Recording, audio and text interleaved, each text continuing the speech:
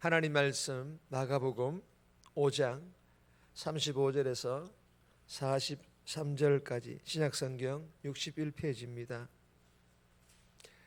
61페이지 마가복음 5장 35절에서 43절, 합독은 35절에서 42절까지 합독합니다. 5장 35절입니다. 아직 예수께서 말씀하실 때에 회당장의 집에서 사람들이 와서 회당장에게 이르되 당신의 딸이 죽었나이다. 어찌하여 선생을 더 괴롭게 하나이까?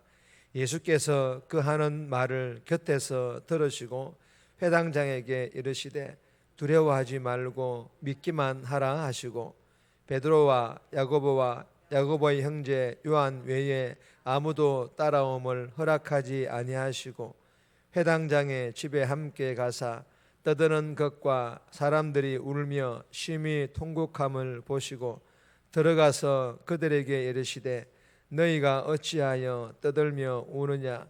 이 아이가 죽은 것이 아니라 잔다 하시니 그들이 비웃더라.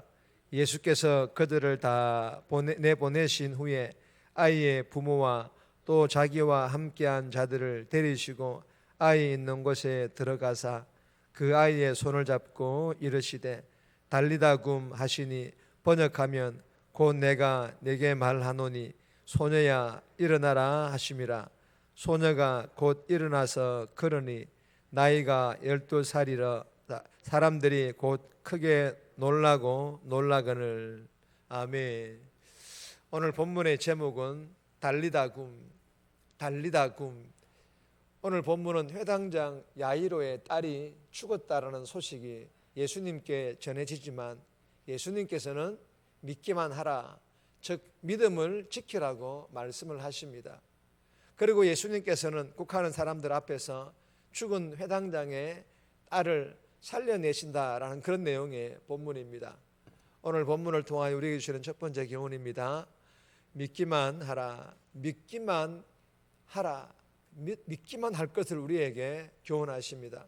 35절에서 36절까지인데 36절 말씀 보시면 예수께서 그 하는 말을 곁에서 들으시고 회당장에게 이르시되 두려워하지 말고 믿기만 하라 하시고, 여러분, 이 회당장 야이로가 예수님의 말씀을 듣고 있을 때에 자신의 집에서 사람들이 찾아왔습니다. 그리고는 당신의 딸이 죽었다고, 그러면서 이제 더 이상 네가 따라다니는 저 선생, 저 예수님을 괴롭게 하지 말라, 힘들게 하지 말라고. 무슨 말입니까? 예수님도 이제 더 이상 하실 수 있는 것이 없다. 사람이 죽었으니 어찌 죽은 사람을 살릴 수 있겠느냐고. 그러니 지금 예수님의 말씀을 듣는 게 중요한 것이 아니라 빨리 집에 가서 딸의 장례를 치르라는 그런 말이지 않습니까? 바른 말인 것 같죠? 인간적으로 그렇게 해야 될 것만 같은 그런 말이지 않습니까? 여러분, 그러나 이 말을 들은 회당장 야이로의 반응에 대하여서는 기록을 하고 있지 않습니다.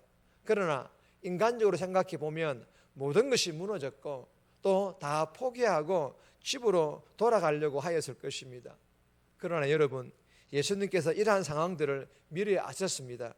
그래서 이 말을 들으시고는 적극적으로 예수님께서 반응하십니다. 어떻게 반응하십니까? 야이로를 향하여 이렇게 말씀하십니다. 36절 말씀 다시 한번 읽겠습니다.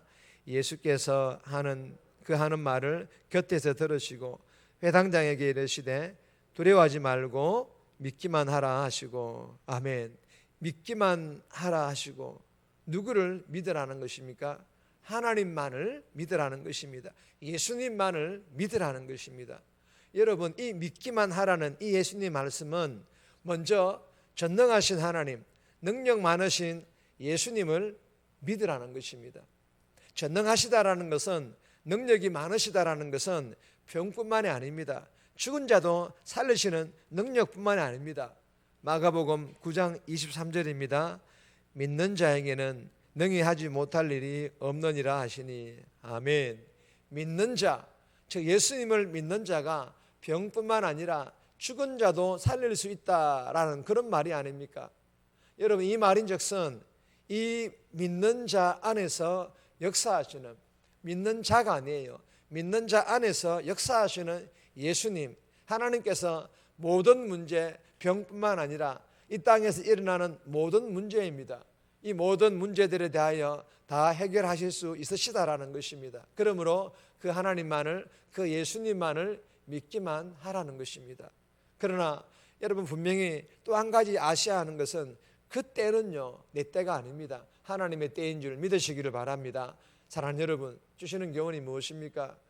딸의 병을 고쳐달라고 처음 예수님께 엎드렸을 때에 가졌던 그 믿음이 사람들로부터 사랑하는 딸이 죽었다라는 그 소식을 들었을 때에도 변함이 없어야 한다는 것입니다. 사람들로부터 들은 이 소식은 이런 영적인 의미를 가지고 있습니다. 세상으로부터 다가오는 어려움, 환난, 고난, 병, 돈, 권세 등등 이러한 세상의 것들을 의미합니다. 이러한 것들로부터 내가 어려운 상황을 맞이한다 할지라도 두려워하지 말고 믿기만 하라라는 이 말씀을 붙들고 오늘 하루도 포기하지 않고 변함없이 믿음 따라가는, 예수님 따라가는 그런 복된 삶 살아갈 수 있기를 주님의 이름으로 축복합니다. 두 번째 주시는 교훈입니다. 말씀에 집중하고 순종하라. 말씀에 집중하고 그 집중한 말씀을 또한 순종하라라는 그런 교훈이죠. 38절에 39절인데 39절 보시면 들어가서 그들에게 이르시되 너희가 어찌하여 떠들며 우느냐 이 아이가 죽은 것이 아니라 잔다 하시니. 여러분, 회당장은요 두 가지의 소리, 즉 두 가지의 말을 듣습니다. 한 가지는 하나의 말은 딸의 죽음 앞에서 떠들고 울고 통곡하는 소리입니다. 그리고 이 아이가 죽은 것이 아니라 잔다라는 두 번째 예수님의 말을 듣습니다. 여러분, 딸의 죽음은 기정사실이므로 인간적으로 희망은 없다라는 조문객들의 목소리와 죽은 딸이 마치 자다 깬 것처럼 부활할 것이다 라는 예수님의 목소리가 이 야이로의 마음속에 충돌하고 있었습니다. 여러분, 야이로는 이 두 가지의 소리 중에 예수님의 소리에만 마음의 귀를 열었습니다. 여러분, 세상은요 절망스러운 현실 앞에서 그저 낙담하라고 요구하지만 예수님께서는 생명의 주관자이신 하나님의 섭리를 신뢰하라고 요구하십니다.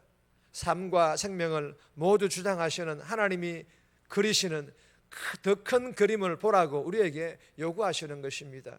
저와 여러분들도 야이로와 같이 예수님 목소리, 즉 하나님 말씀에 집중하여 그 하나님 말씀대로 순종하는 복된 삶 살아갈 수 있기를 주님의 이름으로 축복합니다. 세 번째 주시는 교훈입니다.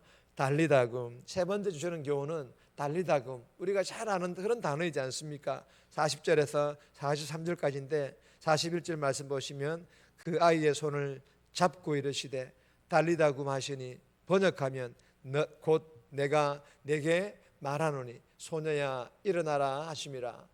여러분, 예수님께서는 죽은 아이의 손을 잡고 달리다금 소녀야 일어나라 라며 말씀하십니다. 베드로가 남에서부터 일어나지 못하는 그 안전병이를 향하여서 손을 내밀었을 때 그 내민 손은 베드로의 손을 의미하는 것이 아닙니다. 그 베드로의 손과 함께하는 예수님의 손인지를 믿으시기를 바랍니다. 내게 은과 금은 없지만 내게 있는 나사렛 예수 그리스도의 이름으로라는 그 의미는 베드로가 내민 손이 예수님의 내민 손을 의미하는 것입니다.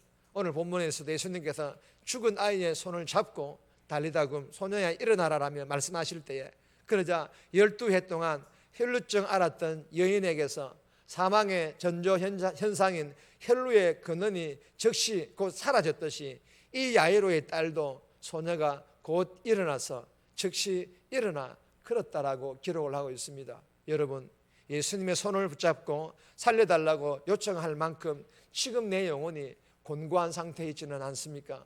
예수님 앞으로 나아가셔서 간절함과 우리가 새벽에 계속 나누었던 것처럼 우리가 금요기도회 때도 나누었던 것처럼 간절함과 예수님을 향한 그 간절함과 예수님을 향한 절대적인 믿음을 가지고 오늘 이 새벽에도 기도할 수 있기를 주님의 이름으로 소망합니다. 그래야 나의 손을 잡고 달리다금 일어나라는 예수님의 음성을 듣고 지친 내 영혼, 내 육체가 회복함을 받아 일어날 수 있기를 주님의 이름으로 축복합니다. 정리합니다. 어떤 어려움 가운데서도 두려워하지 말고 믿기만 하라라는 이 말씀을 붙들고 포기하지 않고 변함없이 믿음 따라가는 복된 삶 살아가게 해달라고, 세상의 소리가 아닌 하나님의 소리, 즉 하나님 말씀에 집중하고 순종하게 하시고, 이 새벽에 기도할 때 일어나라는 예수님의 음성을 듣고 지친 영혼과 육체가 회복되어지게 해달라고 이 새벽에 기도하며 오늘 하루도 살아갈 수 있기를 주님의 이름으로 부탁드립니다.